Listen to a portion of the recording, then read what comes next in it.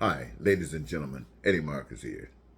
Been a moment since my last post, but here I am, something important to say. You know, I'm always telling you about a beautiful life. In fact, I speak to you about heaven on earth. And when I speak of heaven, I speak about those things that you have conjured up as representing heaven. That is, that your needs, your wants, and your desires are being met. And so, this is what I speak to you of. The reason that I speak to you of that is because it is genuine that each human being feels this. This is natural. This is the natural feeling for human beings. This is the way life was designed to be experienced, to effect heaven on earth. This is the message that was given to me, the message that I have been given to share with you. And like most people, or should I say, maybe different than most people, is that I have not decided to try to use this message to exploit you for my own benefit. In fact, when I was given this information, I made more or less a pact with God. And you know the expression how when you are sent out by God, somebody get an inspiration, they say, God called me to do this.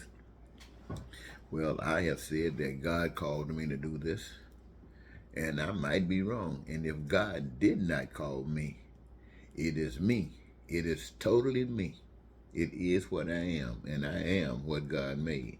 And this is why I'm here. But at the same time, that pact was none of my freedom, the real freedom of life that I advocate for all of us, will I be able to experience until you can experience it as well in relationship to what it means to you.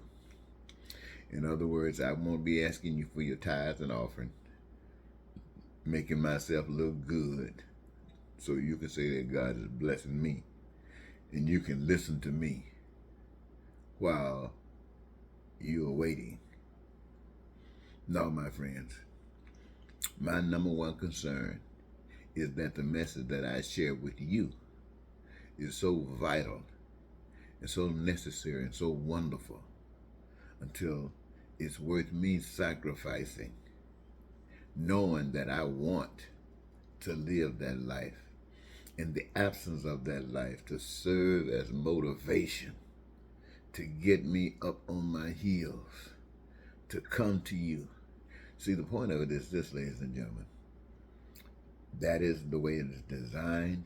This is what I'm bringing to you. But it will not happen unless you, the people, want it to happen. You will not go to hell unless you, the people, choose to go to hell. Nobody's going to send you to hell. Nobody's going to punish you and send you to hell. You do that yourself. Now, being in a situation of a natural disaster that comes around and look like hell on earth to some, I can't justify it. Not going to try. I know, as I'm just observing, it breaks my heart.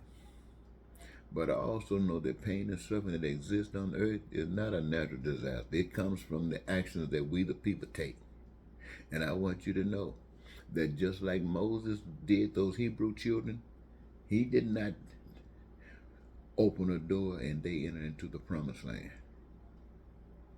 Adam and Eve, if they represent the first human beings on earth, that was a promised land because they could do any and everything they wanted. And today, it's still a promised land that we can do any and everything we want to. It's just that right now we are wanting to do different kinds of things because we have not been given understanding of the kind of things that must be done in order to experience your needs, your wants, your desires, and your dreams right here on this earth, using the resources that have been given to you freely to meet a need that you, the people, have that allows you to engage your gifts and talents as an expression of your participation in the manifestation of this heaven on earth that you all enjoy. This, my friends, is called in creating heaven. You deserve it. You made it. You created it. And if you pass from this heaven, you deserve to go to a heaven. But if you are creating a hell, let me ask you again, if you are creating a hell, or if you're going along with a hell just to get along, do you think, I'm asking you this honestly, do you think a door to heaven supposed to open up and let a hypocrite like you come in?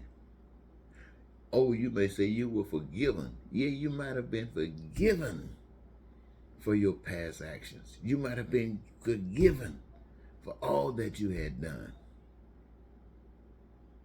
And you even may be forgiven for what you might do in the future. But you still are what you are. And there ain't no crookedness. There's no healthy heart gonna reach out and put a little bit of cancer in it just to stroke something. No, it ain't gonna happen. That cancer is not gonna get up in that heart unless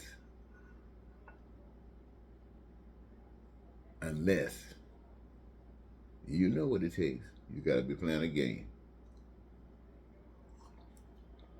But even then, you get discovered and cast out. I didn't mean to talk so long. I just wanted to have a word with you. I want to thank you so very much for giving me this time to have those words. Hope that it has done something for you, and I'm hoping that it has done something for me. Until next time, Eddie Marcus saying goodbye for now. The only heaven that you will ever know is the one that you helped create.